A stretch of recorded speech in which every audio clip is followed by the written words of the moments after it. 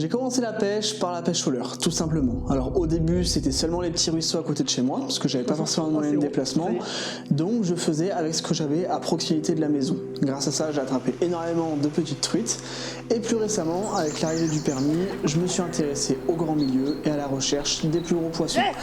Ça m'a permis de passer d'excellents moments au bord de l'eau, j'ai énormément de souvenirs de pêche qui sont gravés grâce à la pêche au leurre. Malgré ça, plus récemment, j'ai eu envie de diversifier un petit peu mes techniques de pêche. Alors à l'origine, cette envie de diversité, elle remonte à il y a quelques années quand on avait fait un road trip avec Sabin où on partait pêcher les Pyrénées, les Alpes et la Drôme. Dans ce petit road trip, on allait être amené à pêcher beaucoup de lacs de montagne et j'avais une certaine image de pêcheur à la mouche en train de capturer des saumons en montagne.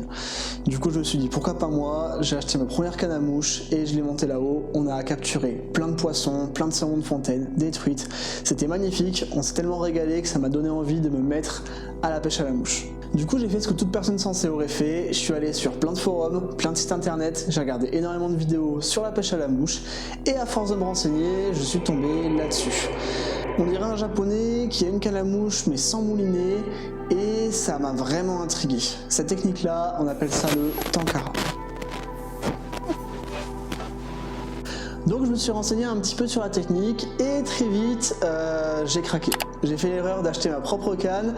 Quand je dis l'erreur, c'est que j'ai été trop vite. En fait, c'était vraiment un pur craquage et je m'y connaissais pas assez. J'aurais pu avoir une canne de mauvaise qualité ou qui répondait pas vraiment à mes attentes. Bon là j'ai eu de la chance, j'ai reçu le colis quelques semaines après et il se trouve que c'était un vrai bijou et que la canne correspondait vraiment à ce que j'allais en faire. Bon, vous en doutez, après avoir reçu cette canne à pêche, la première chose que j'ai fait, c'est foncer au bord de l'eau pour l'essayer. Malheureusement, je me suis rendu compte que de 1, je n'y connaissais rien, et de 2, mon niveau technique était vraiment minable. Donc à partir de là, j'ai décidé de prendre mon temps et de recommencer une nouvelle phase de recherche, cette fois-ci exclusivement sur le tenkara. Donc j'ai été voir des vidéos, j'ai ouvert beaucoup de sites internet et de forums. Malheureusement, ce que j'ai découvert, c'est que les vidéos étaient souvent dans une qualité minable et que les informations étaient très dures à déchiffrer. Sur les forums, c'était pire, puisque les gens se contredisaient entre eux, il y avait beaucoup de contresens.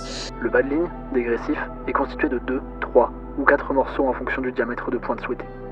À la micro-boucle de ta ligne tressée, tu rajoutes direct un 14 ou 12 centièmes. Tu commences par 1 mètre pour débuter. Les gens littéralement se reprenaient les uns les autres. Pour les mouches, que ce soit une petite ou une grosse, je ne change pas ma ligne, juste la pointe. Le diamètre additionné à la taille de l'hameçon de la mouche doit être égal à 28. Et même les marques faisaient pareil entre elles. Je ne comprends pas comment on peut vendre une canne 360 avec une ligne 270. Rien ne m'étonne chez JMC. Ils vendraient des chaussettes, ça serait pareil. Donc c'était extrêmement dur d'avancer sereinement dans la recherche de cette technique. Du coup j'ai décidé de procéder différemment, je suis allé voir quelqu'un qui pêche déjà au tenkara, un grand monsieur que je respecte beaucoup dans le milieu de la pêche, et j'ai eu la chance qu'il m'apprenne pendant quelques heures à pêcher au tenkara. Après ces quelques heures d'initiation, j'ai pu retourner tout seul au bord de l'eau, mettre en pratique, et c'est là que j'ai pu piquer ma première truite au tenkara. Oh, attends, je te laisse. Zoé, non! Non! Bon alors évidemment ce poisson là, sans surprise je le décroche, j'étais au téléphone en même temps, j'étais pas concentré, du coup j'ai fait absolument n'importe quoi, mais je peux vous garantir qu'un poisson de vin sur une canne aussi tactile quand c'est la première fois, ça n'avait rien à voir avec toutes les pêches au leurre que j'ai pu faire.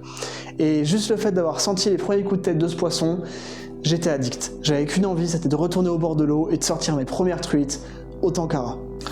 En partant de ce constat-là, j'ai décidé de réaliser ma propre vidéo de pêche au tenkara. C'était hyper intéressant parce que du coup, je partais de zéro techniquement et je voulais voir où est-ce que je pourrais arriver sur une année entière de pêche.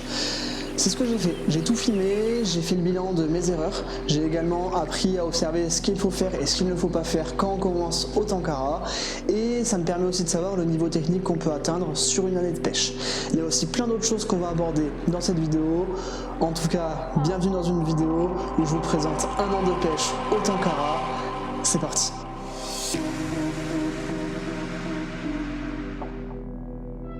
Cette vidéo reprend donc une année entière de pêche et est donc beaucoup plus compliquée que la plupart des vidéos que j'ai l'habitude de faire. C'est pourquoi elle sera divisée en thématiques pour en faciliter la compréhension. Et on est parti avec la première.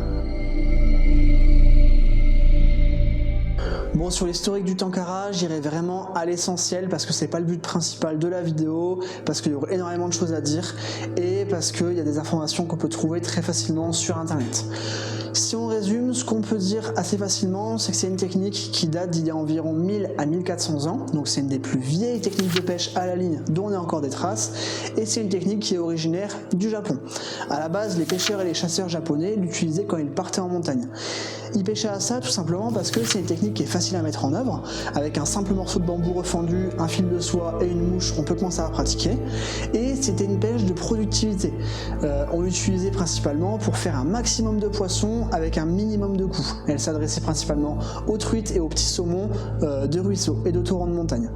Donc on est très très loin de la pêche de loisir. À la base, il faut vraiment se dire que c'était quelque chose qui servait à capturer et consommer du poisson. Pour ceux que ça intéresse, si vous voulez poursuivre le travail de recherche un petit peu plus loin, je laisse un lien en description sur le site de Discover Tenkara et ils ont fait énormément de travail de recherche. Il y a un énorme blog qui est consacré juste à l'historique du Tenkara et qui reprend dans les moindres détails la mise en œuvre de cette technique et tout ce qu'on en sait. Voilà, vous avez le lien pour ceux que ça intéresse.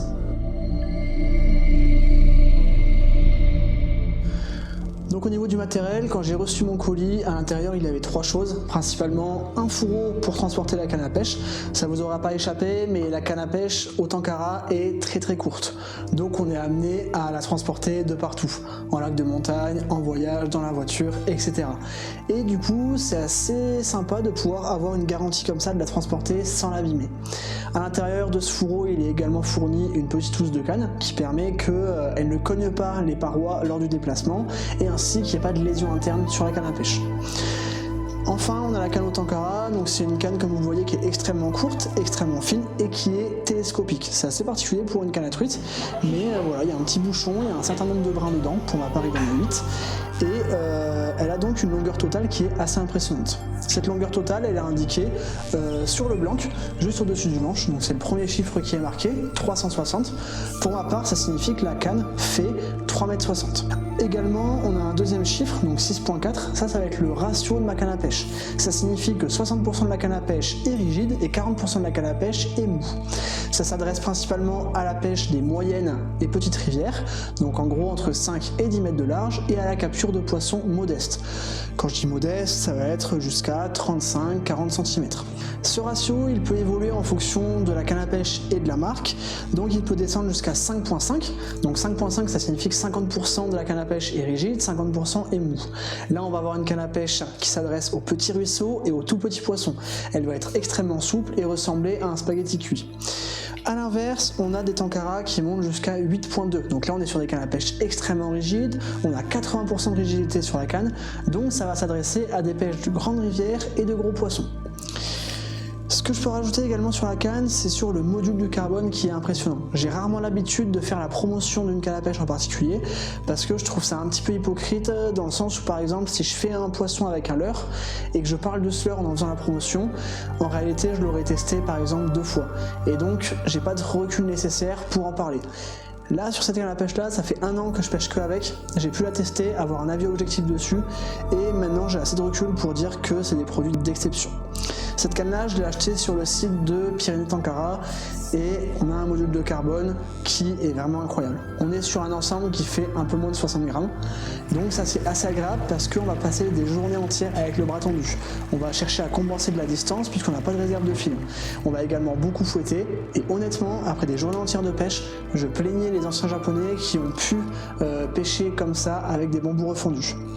La qualité du carbone permet également d'avoir une courbure qui est impressionnante. Avant de pouvoir casser une canne au Tenkara, moi j'imaginais que c'était pas dur. En fait, j'ai piqué des très très beaux poissons et on a des courbures qui sont impressionnantes. À ce sujet-là d'ailleurs, Maxime Miquel, donc le créateur du site Pyrénées Tenkara, a sorti une série de vidéos où il teste ses cannes à pêche directement sur des poissons, donc de 50 à 60 cm. Et là, on voit des courbures de cannes qui sont impressionnantes et pourtant ça ne casse pas, c'est fait pour, ça amortit tous les coups de tête.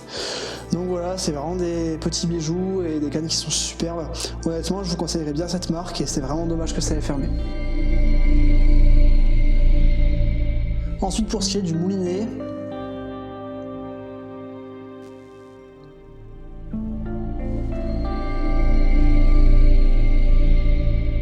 Donc pour ce qui est des différents fils qu'on peut utiliser au Tenkara, oui déjà il y en a plusieurs parce qu'on va pouvoir s'adapter aux conditions de pêche qu'on a et également on va pouvoir pêcher à la fois en nymphe et en sèche avec la même canne à pêche.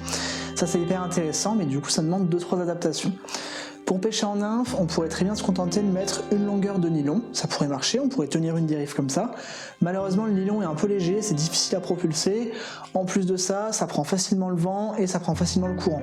Donc on va très facilement créer un ventre dans notre ligne, perdre en perpendicularité et relever un petit peu notre nymphe du fond, notamment si cette dernière est trop légère. Du coup moi je conseille plutôt un fil tressé, moi j'y suis assez vite passé, c'est en fait un enchevêtrement de plusieurs nylons ensemble, donc déjà c'est très épais et très résistant, c'est plus dense donc ça se lance mieux, et en plus de ça, ça a à peu près aucune prise au vent, c'est assez dense pour vraiment rester droit. Ce fil tressé il est dégressif et il fera à peu près la longueur de la canne, vous en trouverez toutes les longueurs mais une longueur de canne pour commencer c'est vraiment pas mal. Sur cette longueur là on finit avec une micro boucle et là-dessus il faut rajouter une pointe, donc moi j'aime bien rajouter du 12, si les eaux sont plus claires je passe en 10, si les eaux sont plus mâchées et que je cherche des gros poissons je vais plutôt passer en 14 ou en 16. 12 de manière générale vous ne serez pas trop embêté et en termes de longueur il faut mettre la longueur de la lame d'eau que vous voulez pêcher. Moi je mets souvent 50, 60, ça correspond à peu près à ce que je vais pêcher de manière générale. Et enfin votre nymphe. Pour ce qui est ensuite de la pêche en sèche, j'ai essayé de pêcher en sèche avec du nylon parce que j'avais vu que c'était possible et en fait j'ai trouvé que c'était extrêmement dur. C'est difficile déjà de trouver des nylons qui ont une grosse flottabilité, souvent le nylon va avoir tendance à couler assez vite, on a également du mal à le voir sur l'eau et ça a plus tendance à faire des nœuds. Donc très vite je suis passé à de la soie et j'avais beaucoup moins de problèmes. Je vous conseille une soie donc qui fera à peu près la longueur de votre canne et il en existe spécifiquement pour le Tenkara. Sur cette soie, on peut ensuite rajouter un dégressif. Moi personnellement, j'ai acheté un dégressif préfet d'1,60 m, mais vous pouvez également mettre une queue de rat si vous êtes moucheur et que vous savez les faire. Je vous ai mis un exemple. Vous pouvez faire la queue de rat que vous avez l'habitude de faire, ça passera très bien. Et enfin, au bout de votre queue de rat, sur votre micro-boucle, dans la même idée que la pêche en nymphe, on va venir rajouter un petit fil, donc ou en 12 ou en 10. Le principal, c'est d'avoir une pointe suffisamment discrète pour les spots que vous pêchez. Donc voilà, c'est pas si différent de la pêche à la mouche classique et de la pêche à la nymphe classique. L'intérêt principal, c'est qu'on va pouvoir switcher entre les deux et faire les deux techniques sur une même canne à pêche. Donc pour raccorder le fil à notre canne, il y a 2-3 petites choses à savoir. Déjà, la grosse spécificité du Tenkara, c'est qu'il n'y a pas d'anneau comme sur une canne au cou. Il va y avoir un petit fil d'environ 3 cm qu'on va appeler le Liliane. Ce Liliane, il comporte un nœud à son bout qui va en fait permettre de bloquer le fil. Et il y a un nœud traditionnel, le nœud traditionnel Tenkara, qui va permettre d'accrocher notre fil. Ça va permettre en fait de switcher très rapidement d'un fil à l'autre. En fait, une fois ce nœud mis en place, quand on tire sur l'excédent, on peut agrandir la boucle et ainsi ressortir notre nœud. Ça va permettre de passer très rapidement de la nymphe à la sèche. Par exemple, quand j'aborde une session de pêche au Tenkara, je commence régulièrement à pêcher en nymphe et si jamais je vois un gobage, j'ai toujours une bobine pour pêcher en sèche dans mon gilet, ce qui me permet de très rapidement switcher de technique. Je passe en sèche, je capture le poisson que j'ai à prendre et par la suite, je repasse en nymphe. C'est extrêmement pratique parce qu'avec une seule canne à pêche, ça ne nous bloque pas notre session. On va pouvoir switcher très facilement et s'adapter très vite à la situation. Ensuite, pour ce qui est du raccord du bas de ligne, et d'ailleurs si vous voulez faire une queue de rat, le nœud est assez libre. Là ça va être un nœud de pêche classique, donc là je vous ai mis le nœud du moucheur en exemple, mais si vous avez un nœud que vous affectionnez particulièrement, n'importe quel nœud peut faire l'affaire. Au niveau des mouches que vous pouvez utiliser au Tenkara, vous pouvez utiliser toutes les mouches classiques que vous avez l'habitude d'utiliser dans d'autres formes de pêche à la mouche. Il y a une seule erreur que moi j'ai fait, que j'aimerais partager avec vous, c'est que vu que j'étais leurriste à la base, j'ai toujours eu la vision qu'une mouche c'était un leurre. Et effectivement, au risque de vexer les puristes, si on est d'accord pour dire que ça c'est un leurre, alors ça c'est un leurre. Ou sinon c'est de la mauvaise foi. En plus, avec l'avènement du streamer, on a de plus en plus des mouches qui ressemblent à des leurres et des leurres qui ressemblent à des mouches. Donc les deux vont avoir tendance à se confondre et ça j'avais tellement cette vision que j'ai acheté que des mouches hyper réalistes. Parce que j'étais persuadé que si ça représentait plus un insecte, ça allait mieux marcher. Et en fait, c'était tout l'inverse. C'est-à-dire que j'ai énormément insisté avec. J'ai quand même réussi à faire 1 ou 2 poissons, mais c'était vraiment de la merde. En fait, il faut savoir que les poissons vont réagir plus à un signal qu'à une imitation. En fait, ce qui va marcher, c'est si on a une bille dorée et qu'ils veulent que ça brille en doré, ils vont prendre parce que ça va leur envoyer un fort signal. Mais pas parce qu'on a réussi à imiter un petit plécoptère qui est en train de s'échapper d'une pierre. Donc voilà, en fait, on va tout le temps chercher un signal plus qu'une vraie imitation. Pareil sur les mouches, quelque chose avec du volume et du poil va mieux marcher qu'une petite sauterelle hyper bien faite. C'était dur à accepter au début, mais du coup j'ai dû revoir un petit peu mon ensemble de mouches pour réussir à prendre plus de poissons. Donc voilà, après m'être beaucoup cassé les dents, j'ai dû accepter qu'il faudrait que je change mon ensemble de mouches si je voulais prendre plus de poissons, et c'est ce que j'ai fait. J'ai pris des choses plus conventionnelles, plus classiques, surtout au niveau des nymphes, parce que j'ai pêché majoritairement en nymphes. La sèche, je m'en servais plus pour m'adapter à la situation si je voyais un gobage. Et j'ai remarqué certaines petites récurrences au fur et à mesure du temps. Ça c'est quelque chose à observer chez vous si vous vous mettez à pêcher au tankara ou tout simplement en nymphe. Il y a des couleurs qui ressortent mieux, qui prennent plus de poissons. Chez moi, les ont une tendance acide. J'ai clairement remarqué que je prenais plus de poissons avec des nymphes dorées ou alors avec des nymphes cuivrées. C'était flagrant par rapport à par exemple des billes argentées, orange ou noires. Il y avait une vraie différence là-dessus. À vous de tester et de trouver ce qui marche chez vous. Enfin, il y a un troisième type de mouche qu'on peut utiliser, ce sont les kébaris.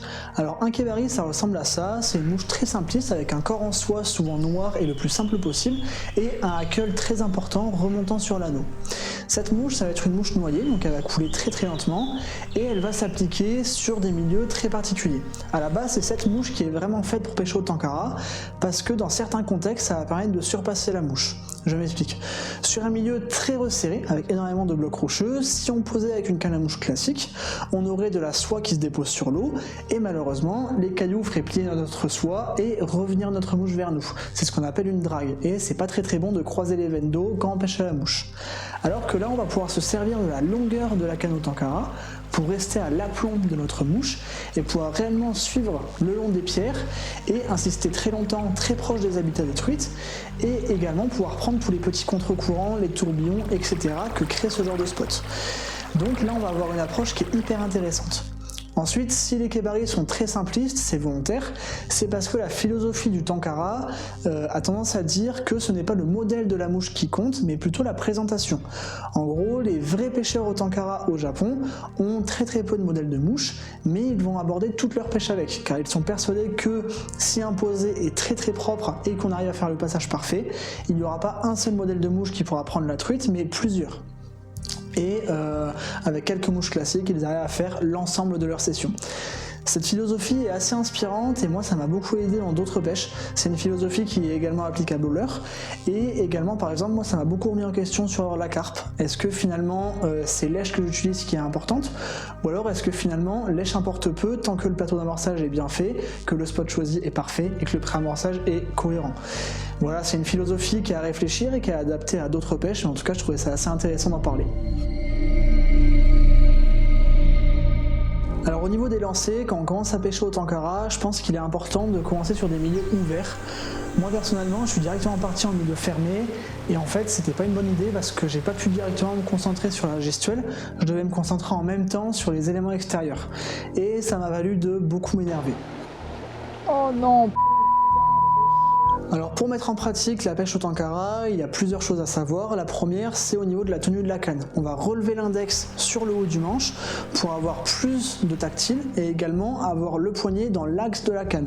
Ça va permettre d'avoir plus de sensations et d'être plus à l'aise sur une journée entière de pêche. Ensuite pour la pêche en nymphe, je vous laisse les explications directement au bord de l'eau. Ok, donc ensuite pour ce qui est de la pêche en nymphe donc au tankara, donc c'est quasiment comme la pêche en nymphe classique. En fait on va renvoyer vers l'amont de notre rivière en pêchant ou face à nous ou alors 3/4 amont voire totalement amont. Une fois que la nymphe arrive vers le fond, ce qu'on fait c'est qu'on prend contact. Donc quand je dis on prend contact, pas trop de tension, sinon on va faire décoller notre nymphe. Simplement on accompagne la dérive tout le long en gardant le sillon de la canne en aval de notre nymphe et on tient la dérive comme ça. Une fois qu'on arrive totalement en aval, en fait, ce qui va se passer, c'est que le courant donc, va tendre ma ligne. Et une fois que la ligne est bien tendue dans le courant, je peux renvoyer vers l'amont. Donc pareil, je prends contact, j'accompagne ma dérive et je suis. Veillez à bien regarder votre ligne tout le long parce que si vous avez un poisson, ça va se manifester en fait par un arrêt de la bannière ou alors quelque chose qui serait pas naturel en fait dans une dérive. C'est-à-dire que si à un moment j'ai un arrêt, le fil qui se détend ou tout ce qui va en fait être bizarre dans ma dérive, ça voudra dire que j'ai un poisson ou alors que je suis accroché. Donc voilà, après c'est pas plus compliqué que ça, hein. Là j'arrive vers l'aval, je remets vers l'amont et en fait je vais toujours veiller à bien accompagner. Le plus dur c'est d'essayer d'accompagner dans la bonne couche d'eau. En fait plus on va pêcher lourd au début, plus ça va être simple, et plus on va pêcher léger, plus ça va être compliqué de savoir en fait dans quelle couche d'eau on pêche, sachant que les poissons sont majoritairement vers le fond et entre les blocs rocheux. Ensuite sur la pêche en sèche, ça va être à peu près la même chose qu'avec une canne à mouche classique. La gestuelle va être la même, il y a seulement certaines choses qui vont varier. Par exemple, vous n'allez pas forcément faire de faux lancers parce qu'il n'y a pas de soie à sortir. Ça paraît assez logique, mais voilà, on peut pas non plus faire de double traction parce que vu qu'on n'a pas de moulinier, on va pas pouvoir aller chercher plus de distance que nécessaire. Mais par contre, certains lancers comme un lancer roulé, ça va être exactement le même que la mouche, très pratique quand on a de la végétation derrière soi. Également, vous allez pouvoir faire des lancers à l'arbalète. C'est un lancer que j'ai énormément fait parce que j'ai pêché beaucoup de milieux fermés. Ça va être la même chose que sur une canne à mouche classique. Également, un petit conseil que je peux vous donner, c'est de commencer sur des milieux faciles pour apprendre. Moi j'ai commencé avec une session en street fishing, c'était ma première session en sèche au Tankara, et j'ai fait des chevennes de 10, mais ça m'a appris à avoir la bonne gestuelle, le timing pour ferrer, etc. J'ai également fait une session en lac où j'ai pêché des petits basses à la mouche. Déjà je me suis beaucoup amusé, ensuite ça m'a appris plein de choses, et ça m'a également permis de sortir des mouches que j'aurais pas sorti ailleurs que sur des basses. Donc voilà, c'est juste que quand on imagine pêche à la mouche, ce qu'on a tous en tête c'est ça.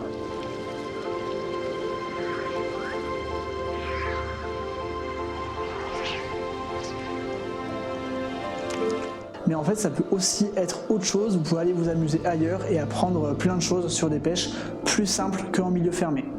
Enfin, pour ce qui est du kebari, c'est une gestuelle un petit peu particulière. On va vraiment fouetter vers le haut, on va chercher un maximum de verticalité parce que le but, c'est de ne pas avoir de fil qui touche l'eau et d'avoir uniquement la mouche qui touche l'eau.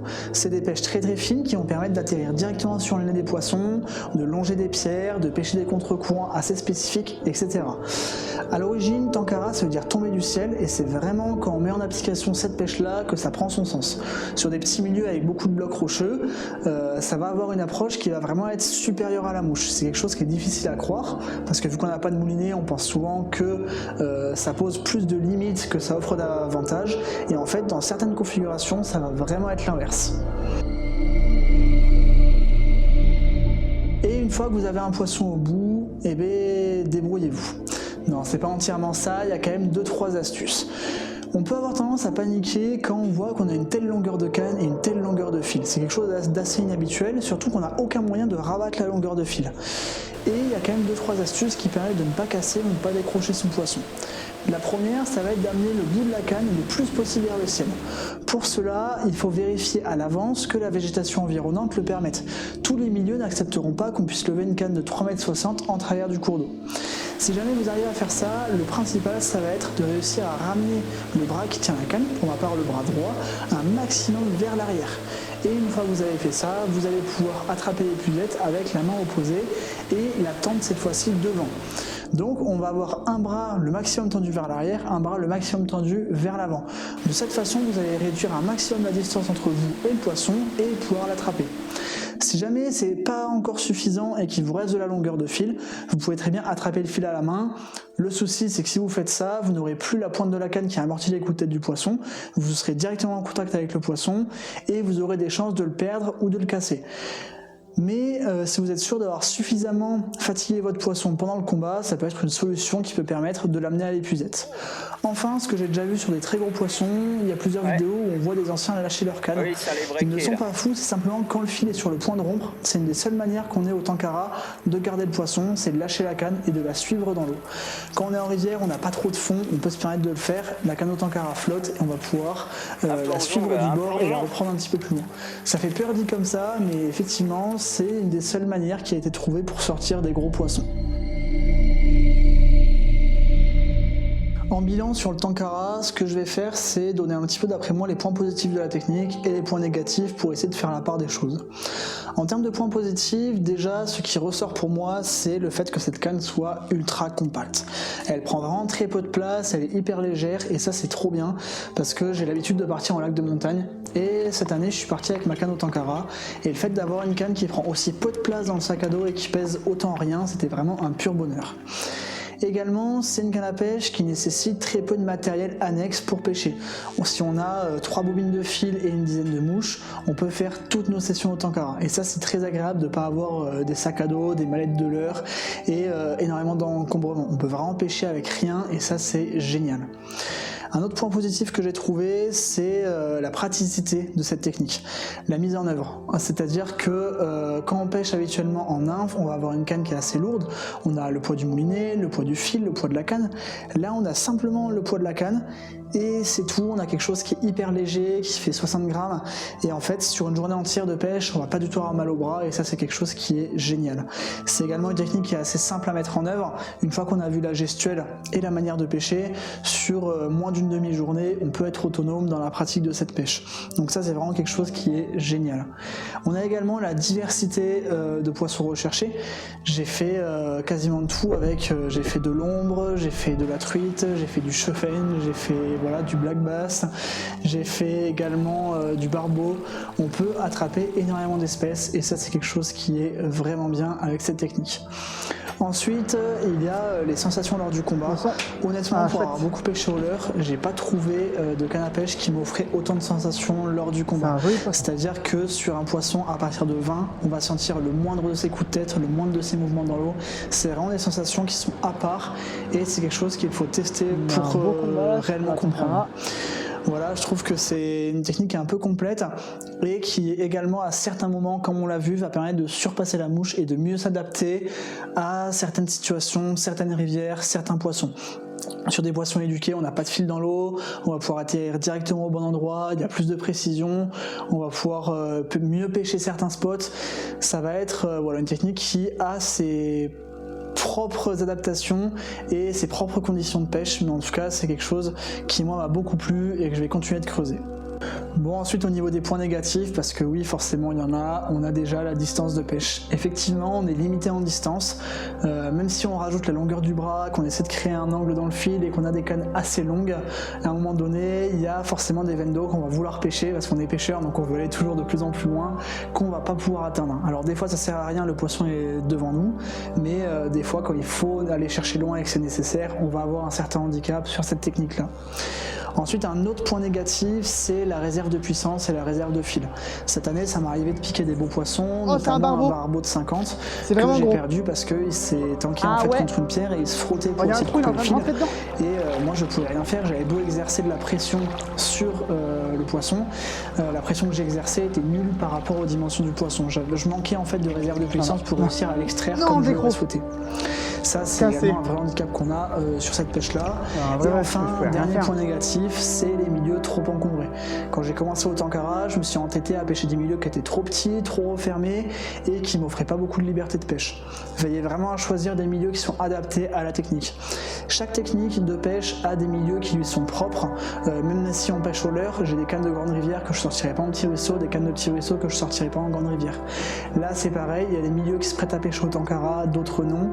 Et si vous vous entêtez sur des milieux trop refermés, vous allez être limité dans vos déplacements, vous pourrez mal ferrer les poissons. Pour extraire les poissons, ça va être extrêmement dur. Faut que ça reste un plaisir aussi. Il faut choisir des milieux où vous pouvez vous amuser tout en ayant la place de pratiquer. Voilà, je crois que c'est à peu près tout pour les points négatifs de la technique. Bon, vous vous en doutez, on arrive vers la fin de la vidéo, donc c'est le moment de conclure. Déjà, merci beaucoup à tous ceux qui ont regardé cette vidéo en entière. Je sais que c'est pas le genre de format qui plaira le plus, mais moi ça me tenait à cœur de faire quelque chose dans une technique en partant de zéro sur une période donnée et de voir où est-ce qu'on peut arriver et de décortiquer ça ensemble. Je trouvais ça vraiment chouette. Par contre, une limite dans cette vidéo, c'est que j'ai qu'un an de recul sur la technique. C'est pas suffisant pour en faire un bilan complet. Donc il y a forcément des choses que j'ai oubliées, des choses que je sais pas, des choses sur lesquelles je me suis même trompé si ça se trouve. Donc n'hésitez pas à me compléter en commentaire. S'il y en a qui ont des apports techniques à faire, qui ont des choses à redire, faites-le, je prendrai le temps de lire, de répondre, etc. Ça m'intéresse énormément. Ensuite, pour ce qui est du travail de recherche qu'il y a eu, je me suis renseigné sur plein de sources différentes et j'ai laissé tous les liens des vidéos, des sites internet et des forums dans la description si jamais vous voulez aller jeter un coup d'œil et poursuivre vos recherches sur cette technique. Enfin, je vous laisse avec la vidéo d'un combat avec un beau poisson. Si jamais vous voulez aller voir ce que ça donne sur une canne au Tankara, restez encore une minute ou deux. Et moi, je vous dis à bientôt en espérant que la vidéo vous ait plu. Ciao!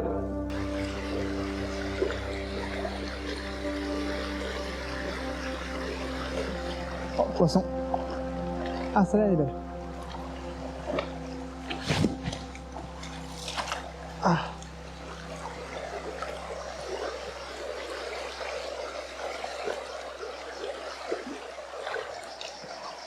Il y a un joli poisson.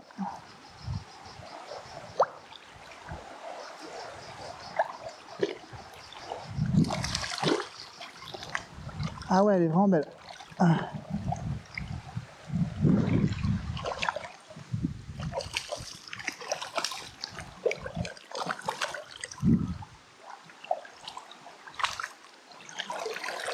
Allez. Ouais. Yes. Ah, chouette, celle-là, elle est trop belle. Oh, ce poisson, les gars. Oh, trop beau. Trop beau.